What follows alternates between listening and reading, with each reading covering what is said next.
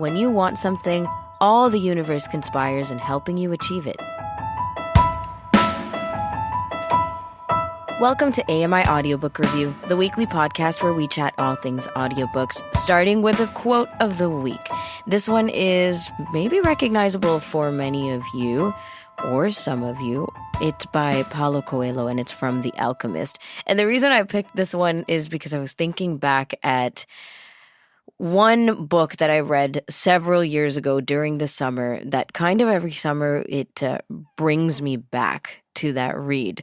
And it's just not a long anecdote, just that my brother recommended that I read The Alchemist, and he went on and on about how it was such a life-changing experience for him and that I need to take part in this life-changing experience. And you know how I love personal recommendations like this, recommendations that people give because it was such an impactful read or listen for them.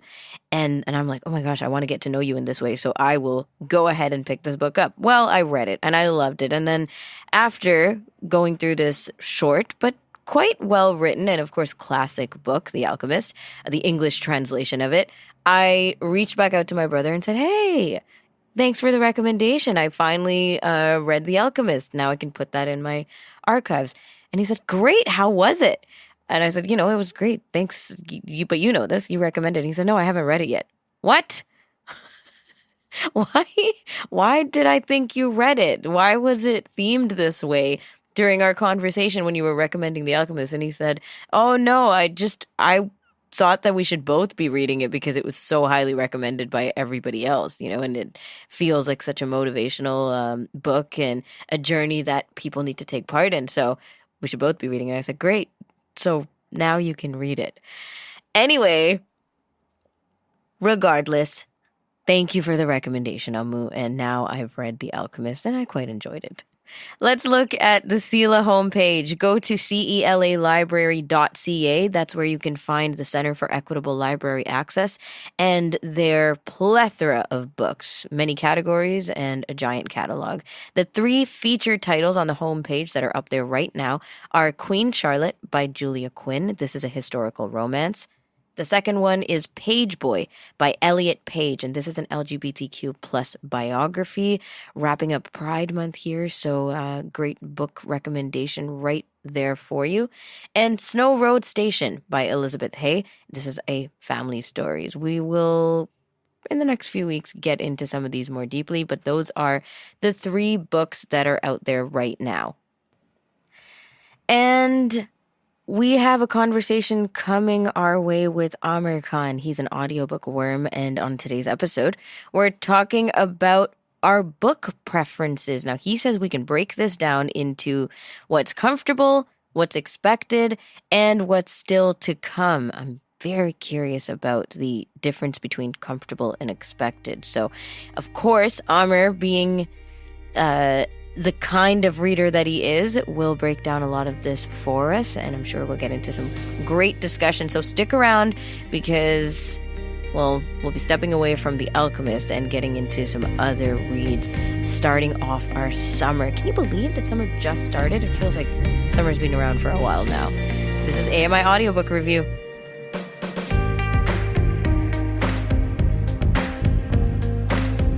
You're listening to AMI Audiobook Review, the weekly podcast where we chat all things audiobooks. And at the end of the month, we check in with Aamer Khan, our favorite audiobook worm.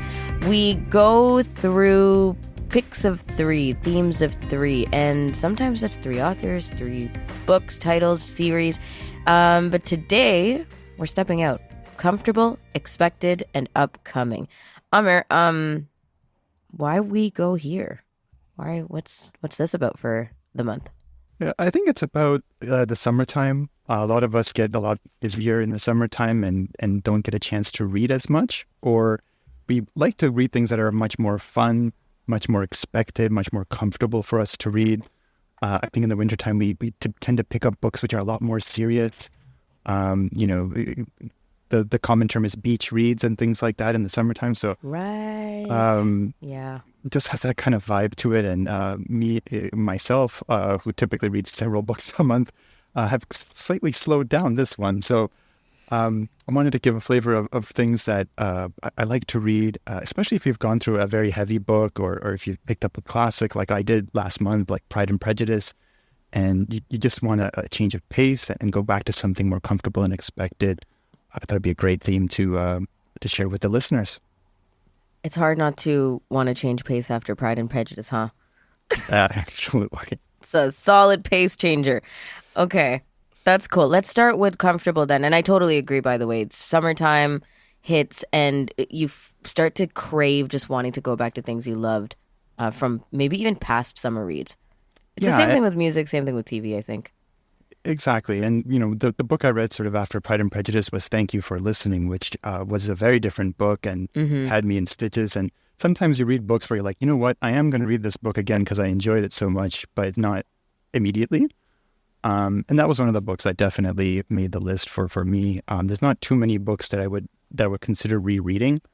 That's one of them, and it's very comfortable. It's very, it makes you laugh. There's some serious notes to it, but it's just a great ride, and you want to get on that ride again. So that's definitely something for me. Another book which is less on the comfortable side, but I still really enjoy rereading it several times is Orson Scott Card's Ender's Game. It's a good book.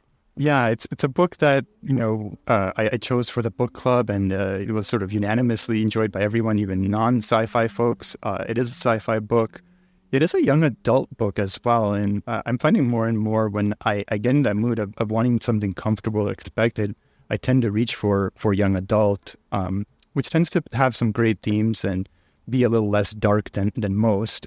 Ender's Game sort of has a bit of everything in terms of being a little bit sweet, in terms of the children running around in the book, but also some dark themes about what the adults are making them do and the state of humanity in general. Honestly, Ender's Game, I don't even know if I would consider that a summer read. Like if I was recommending it to somebody, because it's not necessarily light and fluff, right? No, there are a not. lot of No. deeper themes, exactly. And it's a longer book too. Even just time-wise, it's not necessarily a quick 5-hour, 10-hour. But as someone who's already read it, I 100% agree with you that I would pick it up in the summertime. There's something, like, there's places where it takes you. And I'm not sure if it's just because they float around a lot. Literally. Yeah. Well, there's that, and then it's a whole series. So although I have read some of the other books, they get much, much more serious and adult. The one that sort of I read as a companion to it is called Ender's Shadow. And it's basically the same timeline as Ender's Game, but from a different character's perspective, the perspective of Bean. And that's always fun to read too. So that's, if you've read Ender's Game, you really enjoyed it. Ender's Shadow is a great sort of part two for that. We have some friends which like other series and like to reread. Ramya, I believe your favorite is Harry Potter, of course. Oh, that one's so hard. I'm not sure how you got that one correctly. Yes. But you know what? It has to be because I reread Harry Potter so much. Particular books remind me of certain times of the year. So if it's summertime, It's one book. Yes. If it's wintertime, it's another book. Because Potter's just so cozy, right? Like the audiobook for Potter, yeah. Do you typically read from start to end, or do you typically just open I can it actually to skip through a lot more now. Particular part that you're like, oh, I feel like reading this part, and exactly go to it? Yeah. Before it was much more structured and I had to start at the beginning and end at the end. But now, after like the 25th reread, you can pick parts that you like or portions that feel more summer, more winter, that kind of thing. Do you do that with any books, though? You start from the beginning, always. I usually go from beginning to end. Yeah. I think the books that I like to reread are structured that way. Ender's Game is probably one of the exceptions where I could probably pick out from any passage and I'd still enjoy reading it. Probably the same for something like The Invisible Life of Addie LaRue as well. Oh my gosh, amazing book. An absolutely amazing book, but it's not strictly necessary if you read the book already to go from beginning to end if you're doing a reread. Was that a comfort book for you?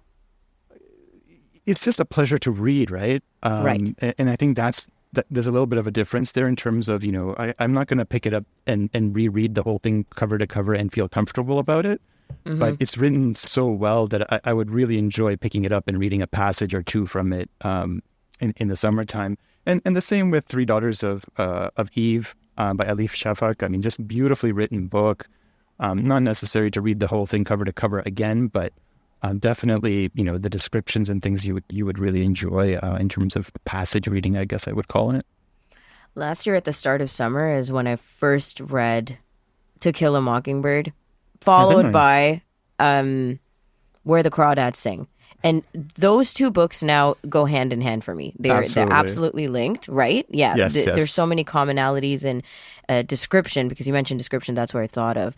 And the feel of the two books are so set around, climate and weather and just like the dog days of summer kind of. And so now whenever summer starts for me, like spring and summer begins, that transition, in my mind, I'm going through those books, even if I don't pick them up to read. This year I felt it, like as the time change happened and the air changes. Yeah. I think books really do put a setting in your head. I mean, if you're a fan of something like a fan of an author like Nicholas Sparks, who's very, very passionate about North Carolina, it's hard not to go to North Carolina and think of his books. Right. Because he's so dedicated to that particular locale. And, I'm sure lots of people have gone to New Zealand, in lieu of Lord of the Rings, in terms of those movies and getting that setting and book and getting all that sort of entire package in terms of a mindset. I'm curious about the next part of this, the second third of our theme, which is expected. What does this mean? So expected is longstanding. I call it longstanding series, or maybe it's your favorite author. It's something that you turn to because you know what you're going to get. It's very formulaic in terms of how the arc is going to be, or how the writing style is going to be, and it's just something that's comfortable to you because it's expected. You may not have actually read the book because, again, it might be a longstanding series. For me, these are things like the Stephanie Plum series, which is very slapstick, very sort of comedic. You have something like Eve Dallas series by Nora Roberts, or J.D. Robb as she penned it originally, which is more of a sort of a cop and detective and crime stories mixed with some romance. But I think for me, especially after a hard read, I love going back to young adult. The Heartbreak Messenger is one of my personal favorites by Alexander. It's so cute. Alexander P. Vance. And I still to this day don't know how you ended up with that book choice for book club. I think it was, no again, regrets. No regrets. And I think it was one of those other ones where I was looking for a certain book and that showed up and I'm like, I wonder what this is about, and just decided to read it. So along those... is this even age appropriate? But I promise you, it was so cute. It is. It's very junior high level reading, but it's just really heartwarming storyline. Yeah. In that theme, Gordon Corman is a young adult writer as well. His MacDonald Hall series is something I haven't finished yet, but they're very short books about some antics of some kids at a fictitious boarding school outside of Ottawa. And they're a lot of fun to read as well. He's got lots of one-off books too. And again, he does a great job of making light of a lot of more serious topics. I don't think I have anything like this, but I know so many people have. It doesn't even matter really the themes or the genre. It's just series that go on forever and ever. Yeah, I mean, I think the Eve Dallas series has been going on for I don't know how many years, since the 80s. So, for me, it's not necessarily about the series. It's about the journey that each book sort of gets to you. And, the category is expected. And in all of these, they're all very formulaic books, right? Yeah. I mean, when you pick up a Gordon Corman book, it doesn't matter if it's, in the MacDonald Hall series or not. It's going to be funny. It's going to be young adult. It may be a little bit on the spectrum in terms of high school, or the other way in terms of children. But I mean, that when you pick up the book, it's fairly obvious. And other people have different, expectations, right? I mean, other people would turn to the horror series. A lot of people like the Anne Rice novels in terms of Dracula and, vampires and whatever. Other people have, enjoy classics, right? They pick up War and Peace or Crime and Punishment or these monster books, which not my cup of tea, frankly. That's the type of expected they want. Yeah.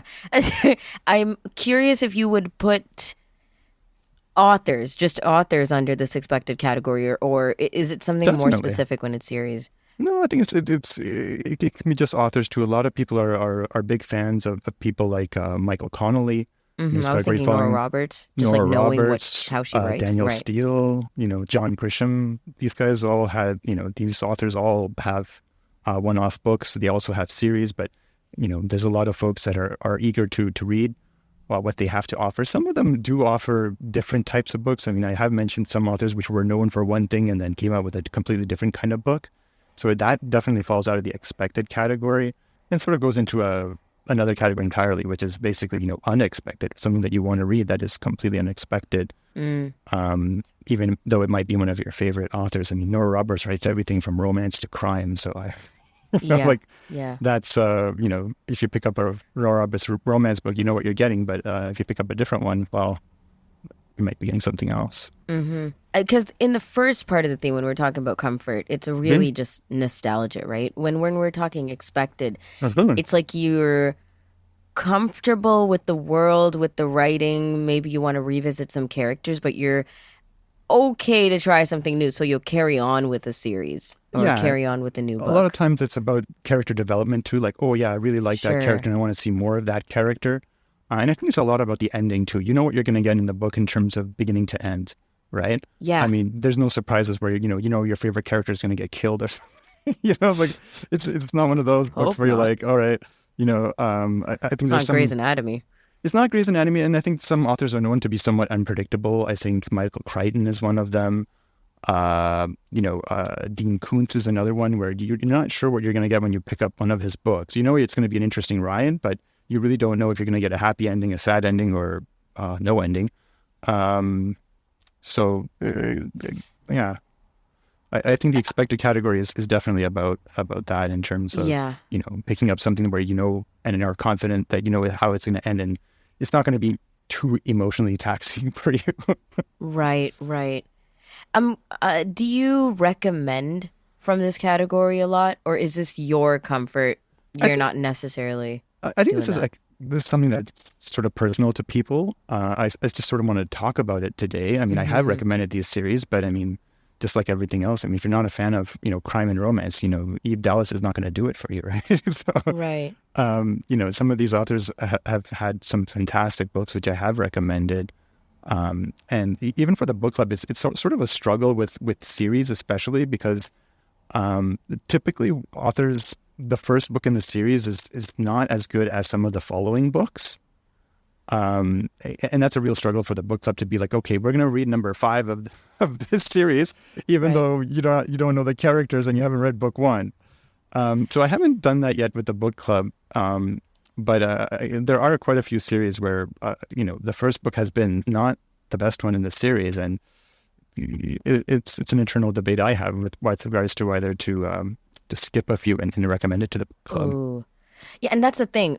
We're all different types of readers, right? And some Mhm. people, if you know that the Eve Dallas series has been going on since the 80s, you might not even pick it up because it's that, right? Because Exactly. it's going on forever and you're not sure if you're just going to be able to relax and pick up a book whenever and just continue on when you feel like it. Some of us are just power through kind of readers. If you can do that with 30 books plus, then that's great. But other than that, like for me, I'm not these long series person.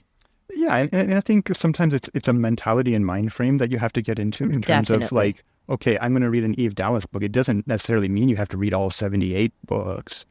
And I think Is that's that how many there are? probably, Oh my. I actually don't know, but Okay. the idea of the expected is just that, right? You can come back to it, right? It's not, Right. there's no pressure to be like, oh, I need to finish the entire series or something. I mean, obviously the character's been around for 20 years. They're still going to be waiting for you if you want to go back to it, right? Yes, exactly. So, And then there's the question of, well, how many do I read to feel like I'm part of this? Like this is part of my expected category now. yeah, I would say one. I mean, from my perspective, if you don't like the first book in a series, unless somebody is telling you that no, the second book is absolutely amazing and whatever, stop there because Yeah. if the first book doesn't grab you at all, I mean, it's probably not for you. Right. That's the way I look at things. I've started series like that, and I'm just like, no, this is. Yeah. I think the Anne Rice for me was like that. I read the first book, Interview with the Vampire, and nope, this is not something I'm enjoying. I'm glad I read it. I have no regrets, but and I can see why people like it, but this is not something I want to continue. Very optimistic of you. By the way, there's 50 books in the Eve Dallas, or what do they call it? J.B. Robb Yeah, the series, and okay. several novellas. So maybe Yeah. the count is close to 70. Yep. After you count the novellas. Yeah, the short stories too. So Exactly. Okay. yeah. All right. Upcoming is the last part of the theme. Last part of things upcoming, I think when it comes to summer, publishers as well as the public in general are looking forward to movies, but also book releases. Sarah Jessica Parker, she's a famous actress, started a publishing company recently called SJP Imprint, I believe. And her goal was to sort of make big-hearted books and promote minorities and people with people who are marginalized. So the first book in the series is coming out, and I can't remember the title. So Hold on. I'm looking something here. about quitting. A Quitter's Paradise? A Quitter's Paradise. Okay. And the first book of this series is coming out called A Quitter's Paradise by Alicia Chang. Alicia Chang, this is her debut novel. From the synopsis, it looks like an absolute riot of a book because it's supposed to be comedic. And it's all about sort of denying what is serious in her life. Unfortunately, this book is not on CELA yet, but it is available on audible.com and audible.ca. But an interesting book to look forward to. Again, it sounds like a great summer read, and I'm looking forward to it. Okay, well, that sounds really interesting. This is just something that you're looking forward to reading. Absolutely, yeah. Okay, cool. And what else can we look forward to? I think there's several lists that come out during the summertime. One of the ones that caught my eye from NPR some time back was traveling the world with books. So the title of the article is "How to Travel the World: 10 Books to Travel the World," and they've got an interesting spread of authors from different places as well as different locales. One of the books on the list I have mentioned before is "The Red Palace" by June Her, I believe, and it's a fantastic book, and I'm looking forward to reading some of the other ones that are on the list. Yeah, there are books that I think just over the last couple of years we've talked about, especially if you're one of the stragglers at the end of the book club meeting calls, and recommendations are flying around, and some of them stick, but they haven't actually been read yet by the collective. I mean. Yes. One of the ones I read, which most of the book club has read, is also Mad Honey, which was a fantastic book. I think I spoke about that last week. Right. We are doing the Firekeeper's Daughter, which is sort of in in the eye of a lot of book clubs these days. So looking forward to that as well for the upcoming week, which is an Indigenous fiction book. So I am paying attention to the conscientiousness of recommendations and books these days. Deeper conversations, representation is like right in the mix of what we talk about when we're recommending. And then obviously, everything we talked about already, comfortable or what we're in the mood for, et cetera, light reads. But still, the themes are pretty prolific. They are and can be. We had a trend a while ago with all these library books and books about libraries and things. We tend to get these little trends every now and then, and I think right now it's historical fiction. There's a lot of historical fiction sort of floating around, but I think you're right. I mean, I think there is a bigger lens on minorities and just bringing to light authors that we typically don't see in the author space these days, or in the past, I should say. So it's interesting. I mean, a lot of these novels from the list I was looking at in terms of this was also a article online in terms of upcoming summer an article on summer reads. And a lot of the articles are debut authors, which is refreshing. It's not just well-known big names that are starting to come out. As I mentioned, Lisa Chang is one of them. I did a little bit of background on her, and she actually teaches fiction writing, and this is at the university level. So this is her first book, but she's obviously no stranger to writing in general, and she's had a career in it. So really looking forward to seeing what this book is about. Excellent, Aamer. We have come to the end of the episode, but you've given us tons to think about, especially going into the summer for reads, and you'll be back in July anyway. So looking forward to it, man. Thank you. You're very welcome. Take care. Aamer Khan joins us at the end of the month on AMI Audiobook Review. Next week, we'll be checking in with our friends from the Center for Equitable Library Access. I'm Ramia Amadin. Our technical producer this week was Jacob Szymanski. Thanks for his help. And until next week, happy audiobook listening.